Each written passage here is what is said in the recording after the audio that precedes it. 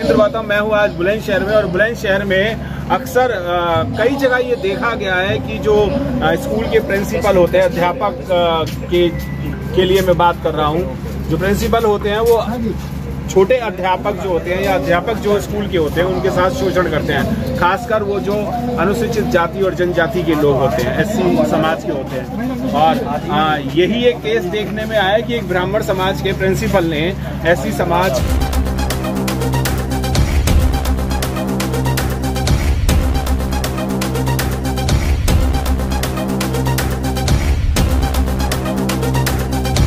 लोगों को परेशान कर रखा है। सर, क्या मामला है आपके स्कूल का और कौन सा स्कूल है और क्या चीज है?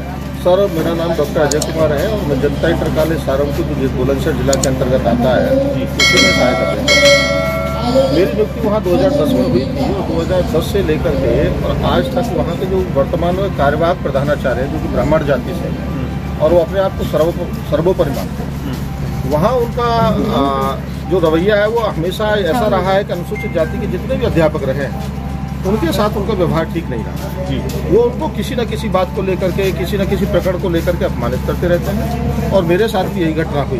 ये घटना मेरे साथ में 2019 में स्वयं जो हमारे एम्प्लॉयर हैं उनके सामने उन्होंने मुझे निकम्मा और कामचोर कहा, जबकि मेरी नियुक्ति 10वीं कक्षा तक पढ़ाने के लिए हुई और मैं इंटरमीडिएट क्लास तक पढ़ाता हूँ। जहाँ तक रिजल्ट की बात करूँ तो मेरा 100% रिजल्ट रहता है, जिसमें से जो पिछले 2 साल में अगर मैं कहूँ जिससे कि मुझे साइंस की जो क्लासेस दी गई हैं तो उनमें से 51 छात्रों में से 31 और 32 और 35 छात्रों की डिक्टेंशन है जी। तो ऐसी स्थिति में मुझे पूर्व से ये कहना कि कामचोर है तो वो मेरा अपमान है और सार्वजनिक स्थान विद्यालय में मेरा अपमान किया गया। इसके बाद सब 2022 में माननीय प्रधानमंत्री मोदी जी की माता जी का देहांत हो गया, शोक सभा आयोजित की गई, जिसमें प्रबंधक महोदय और वर्तमान में जो भी कार्यरत हमारे शिक्षक और शिक्षणेतर कर्मचारी हैं वो उपस्थित थे। उस दिन भी उन्होंने निम्न और उच्च स्तर की बात की और ये कहा कि ब्राह्मण जो है वो SC, ST, OBC समाज पर पहले से शासन करते आए हैं, कर रहे हैं और करेंगे। यदि तुम्हें इसमें कोई ऐतराज है तो तुम अपनी बहन या बेटियों को मुसलमानों में शादी करो या अन्य किसी में शादी करो। इवन यहाँ तक कि एक प्रकरण खुर्जा में हुआ था जिसमें एक हत्या हुई थी, उससे मुझे जोड़ करके कहा कि तुमने उसको मरवाया है। तो इस बात को लेकर के मैंने उनसे कहा कि आप बीच बीच में मुझे भरी सभा में इस तरीके से अपमानित करते हो। उनका पवन कुमार त्रिवेदी नाम है, जो कि वर्तमान में कार्यवाहक है। तो 2022 में मैंने मैनेजर साहब को ये प्रार्थना पत्र दिया था कि जिस तरीके से मुझे अपमानित करते हैं उससे मेरी कहीं ना कहीं छवि खराब होती है और जो छात्र हैं यहाँ पर पढ़ रहे हैं वो कहीं ना कहीं उसका दुष्प्रभाव इन छात्रों पर पड़ेगा, विद्यालय का माहौल भी खराब होगा। आप इस पर कोई ना कोई प्रतिक्रिया जरूर व्यक्त करें और कहीं ना कहीं अगर हो सके तो मुझे विधिक कार्रवाई के हेतु अनुमति प्रदान करें। तो गांव के लगभग 50 से 100 लोगों को, संभ्रांत लोगों को, संवादित लोगों को लेकर के वहां पे इकट्ठा हुए ये प्रधानाचार्य सभी स्टाफ के सामने इन्होंने माफी मांगी और ये कहा कि भविष्य में ऐसा कोई कृत्य नहीं करूंगा जिससे कि आपको अपमानित होना पड़े, बाकी मैं ये प्रॉमिस करता हूँ।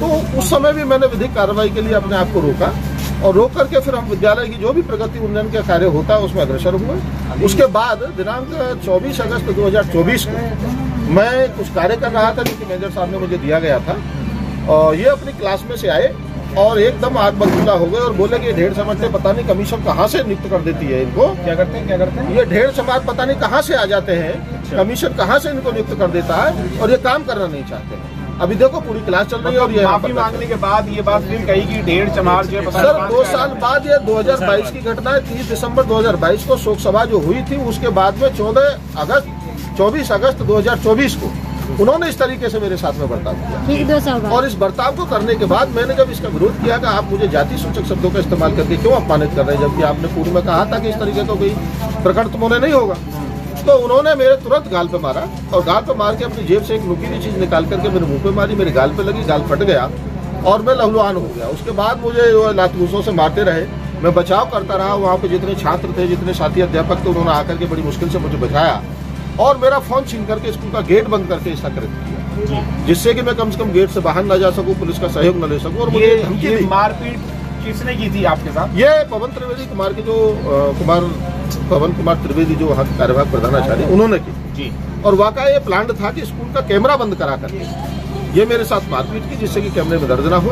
और एक अपने साथी अध्यापक से कहा गया था कि आप इसकी वीडियो बनाएं, जिससे कि वक्त में केवल उतनी ही वीडियो बनाएं जितनी कि मेरे काम की हो सके। तो जब मैंने उनका अपने आप का बचाव किया, जैसे मान लो हाथ ऊपर करना किसी तरीके से, उस तरीके से तब उन्होंने वीडियो बनाने स्टार्ट किया। बाकी वो स्टेटमेंट जो उन्होंने गालियां दी हैं, जिस तरीके से मेरे साथ बर्ताव किया, वो कोई भी स्टेटमेंट शायद उस वीडियो में दर्ज नहीं है जी।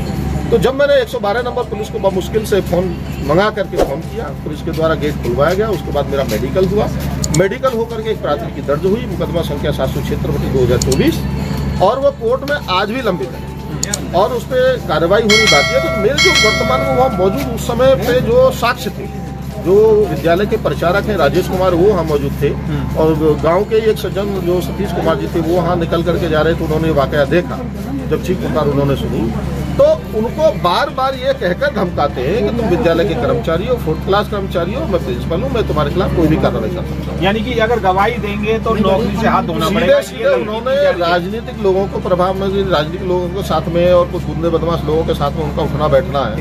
तो वो कहते हैं कि सरकार हमारी है, हम सरकार के नुमाइंदे, हमने पूर्व में शासन किया, वर्तमान में शासन कर रहे हैं और भविष्य में शासन करेंगे, और तुम्हें जो करना है वो कर लेना।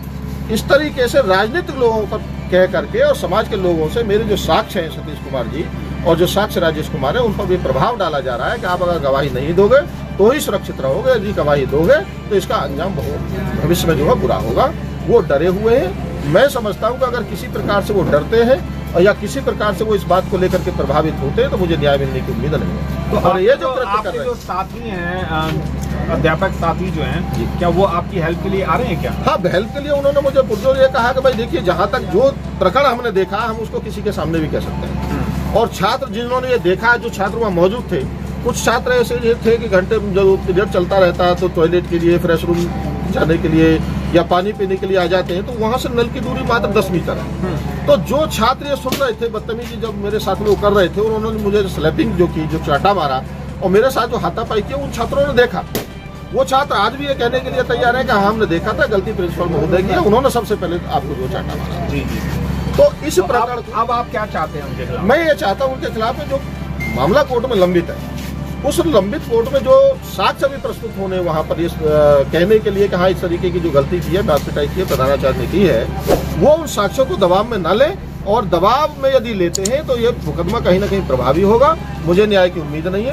कोर्ट से भी शायद गवाहों के अभाव में उसको बरी कर दिया जाए। मुझे न्याय की जो उम्मीद है वो इसलिए है क्योंकि मेरे जो साक्ष्य हैं उनको प्रभावित ना किया जाए, और जो लोग उनको प्रभावित कर रहे हैं, मैं समझता हूँ उनका अपना व्यक्तिगत कोई हित इसमें है नहीं। यदि वो अगर गवाही दे रहे हैं तो सत्य बात की दे रहे हैं। और यदि आज के दौर में जो कि सरकार चल रही है, माननीय प्रधानमंत्री जी यहाँ जो भ्रष्टाचार मुक्त और जो रामराज लेकर के आए थे और माननीय हमारे मुख्यमंत्री योगी जी लेकर आएंगे, अगर ऐसे दौर में भी कोई सत्य बोलने के लिए उनको रोकता है या उनको ये प्रताड़ित करता है कि आप सत्य क्यों बोल रहे हैं, इस घटना से अवगत क्यों करा रहे हैं, तो मैं समझता हूँ कि उन लोगों की भी कमी महसूस करता हूँ कि जो लोग इसको रोकने का प्रयास करते हैं। आप क्या चाहते हैं कि क्या कार्रवाई होनी चाहिए? सर, जितना हो सके उचित कार्रवाई होनी चाहिए, और साथ ही हमारे जो साथी डॉक्टर अजय कुमार जी, इनको न्याय मिलना चाहिए। ये हम चाहते हैं। आपको ये लगता है कि न्याय नहीं मिल पाएगा? देखिए, अदालतों की एक कार्रवाई होती है, और कार्रवाई में एक तो होता है कि आपके पास में या तो एक पुख्ता है सब सबूत होना चाहिए, जैसे वीडियोग्राफी है, उन्होंने कैमरे बंद करा दिए, अगर वो वीडियोग्राफी होती तो उसको कोर्ट प्रोटेस्ट कर सकता था। लेकिन जब वो भी मेरे पास में नहीं है तो जो चश्मदीद है वहाँ के जो साक्ष्य वो बचते हैं। अगर साक्ष्यों को वो प्रभावित कर लेंगे और साक्ष्य बना कर देंगे कि ऐसी घटना नहीं हुई है तो निश्चित रूप से वो बरी हो जाएंगे। तब मुझे न्याय कहाँ मिल पाएगा? यानी कि नौकरी जाने के दबाव में हो सकता है कि आपके बिल्कुल जो साक्षी थे, जो आपके पास सबूत है, वो सबूत हटाने के लिए हट सकते हैं। देखिए, 2 साल से ज़्यादा अगर किसी भी कर्मचारी को और सजा मिलती है तो मैं समझता हूँ वो हमारे जो अधिनियम है उस अधिनियम के अंतर्गत कार्रवाई हो तो नौकरी दी जा सकती है। इसको रोकने के और बचाने के लिए और एक प्रतिष्ठा बचाने के लिए वो इस तरीके का प्रयास करें।